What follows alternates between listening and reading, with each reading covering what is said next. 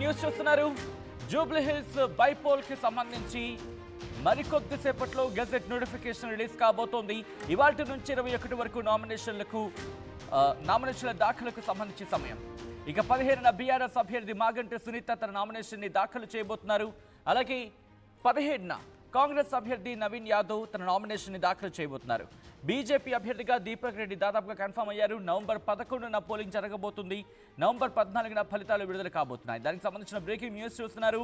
ఇటు Jubilee hills ఉప ఎన్నిక చాలా రసవత్తరంగా జరుగుతోంది. మరి ముఖ్యంగా ఆ ఉప ఎన్నికకు సంబంధించి క్యాండిడేట్ సెలక్షన్ నుంచి మొదలు పెడితే ఇటు క్యాంపెయినింగ్ వరకు కూడా జూబ్లీ హిల్స్లో ఒక విధంగా చెప్పాలంటే ఆ పోరు చాలా రసవత్తరంగా ఉంది. ఇటు పార్టీలకు సంబంధించిన కీలక నేతలందరూ ప్రస్తుతం ఇటు జూబ్లీ హిల్స్ నియోజకవర్గంలో ఇప్పటికీ తమ ప్రచారాన్ని ప్రారంభించారు. తమ ప్రచారాన్ని హోరెత్తిస్తున్నారు. ఇటు మాగంటి సునీత ఫ్యామిలీ ఇప్పటికీ ఇంటింటికి ప్రచారం చేస్తోంది. దాంతోపాటు బీఆర్ఎస్కి సంబంధించిన కీలక నేతలు హరీష్ రావు కావచ్చు, కేటీఆర్ కావచ్చు, వీళ్ళందరూ కూడా ప్రస్తుతం గ్రౌండ్లోనే ఉండి ఆ క్యాంపెయిన్ని ముందుకు తీసుకువెళ్తున్న సందర్భం. ఇటు కాంగ్రెస్ కూడా ఏం తగ్గలేదు అన్నట్టుగా ముందుకు వెళ్తోంది. కాంగ్రెస్ ఇప్పటికీ మంత్రులని రంగంలోకి దించింది. దాంతోపాటు Jubilee hills Congress candidate Naveen Yadav కూడా తన ప్రచారాన్ని హోరెత్తిస్తున్నారు. ఇటు బీజేపీకి సంబంధించి ఎవరిని బరిలోకి దించబోతోంది అనేది ఇప్పుడు ఇంట్రెస్టింగ్గా మారింది. దాదాపుగా దీపక్ రెడ్డి పేరు కన్ఫర్మ్ అయింది. ఈ నేపథ్యంలో ఇటు కాంగ్రెస్కి సంబంధించి నవీన్ యాదవ్ తన నామినేషన్ దాఖలు చేయబోతున్నారు. మరికొద్ది రోజుల్లో ఇటు 15న బీఆర్ఎస్ అభ్యర్థి మాగంటి సునీత తన నామినేషన్ని దాఖలు చేస్తూ ఉంటే 15న కాంగ్రెస్ అభ్యర్థి నవీన్ కుమార్ యాదవ్ తన నామినేషన్ని దాఖలు చేయబోతున్నారు. ఇటు బీజేపీ ఎప్పుడు దాఖలు చేయబోతుంది అనేది ఆసక్తికరంగా మారింది. ఈ నేపథ్యంలో ఈరోజు నామినేషన్కి సంబంధించి చాలా ఇంట్రెస్టింగ్గా మారబోతుందని చెప్పుకోవాలి. ఎందుకంటే రిమెంబర్ ఇక్కడ ఇండిపెండెన్స్ కూడా దాఖలు చేసే అవకాశం కనిపిస్తున్న పరిస్థితి ఉంది.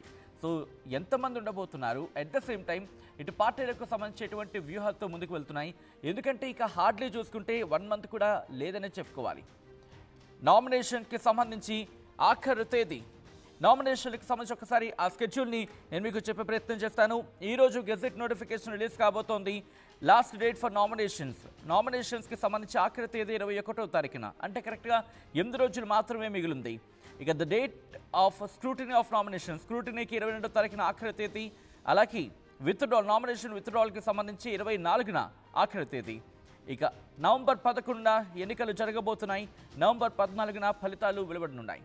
అప్డేట్స్ తెలుసుకునే ప్రయత్నం చేద్దాం. మా ప్రతినిధి మధు అప్డేట్స్ అందించేందుకు సిద్ధంగా ఉన్నారు. మధు, ఇటు నామినేషన్లకు సంబంధించి గెజెట్ నోటిఫికేషన్ ఇవాళ రిలీజ్ కాబోతోంది.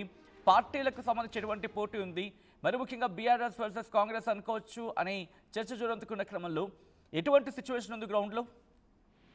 ఎగ్జాక్ట్లీ, ప్రస్తుతానికైతే గ్రౌండ్ లో బీఆర్ఎస్ వర్సెస్ కాంగ్రెస్ గానే ఉంది.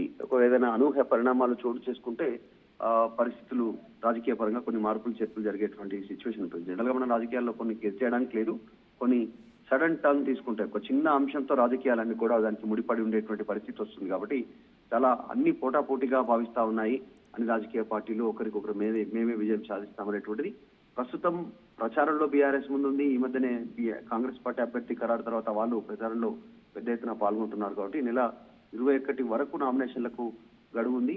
ఈసారి ఎన్కోర్ పోర్టల్ ద్వారా, అంటే అభ్యర్థి ర్యాలీ రూపంలో లేకుంటే అక్కడ పెద్ద ఎత్తున అక్కడికి పోకుండా కూడా ఆన్లైన్ ద్వారా కూడా నామినేషన్ వేసేటువంటి ప్రక్రియ ఈసారి ఉంది. దానికి సంబంధించిన షేక్పేట్ ఎంఆర్ఓ ఆఫీస్ లో దీనికి సంబంధించినటువంటి పూర్తి రిటర్నింగ్ ఆఫీస్ లో ఏర్పాట్లు చేశారు.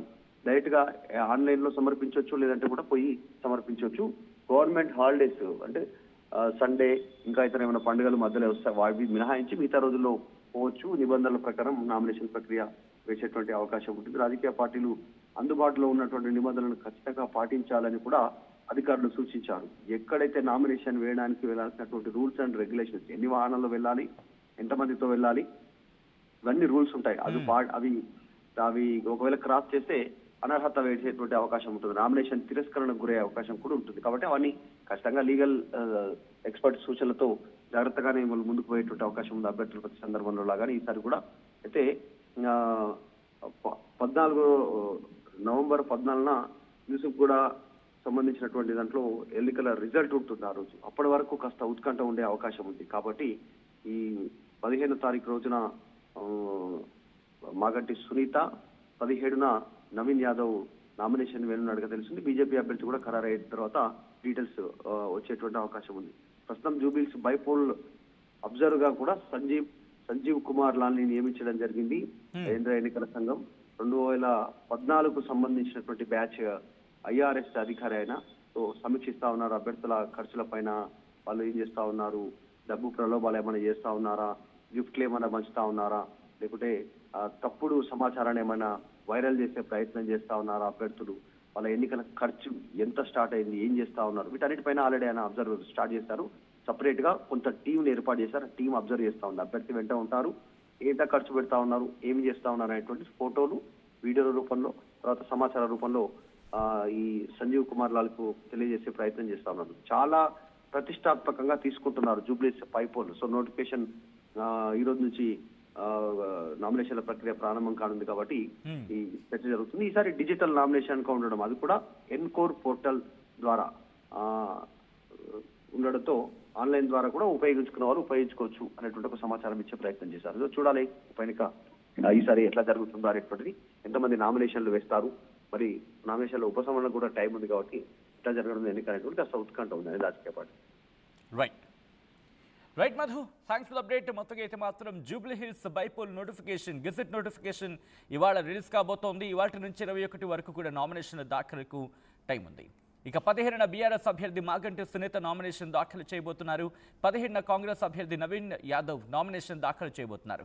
బీజేపీ అభ్యర్థిగా దీపక్ రెడ్డి దాదాపుగా కన్ఫామ్ అయ్యారు. నవంబర్ 11న పోలింగ్ జరగబోతోంది. నవంబర్ 14న ఫలితాలు విడుదల కానున్నాయి.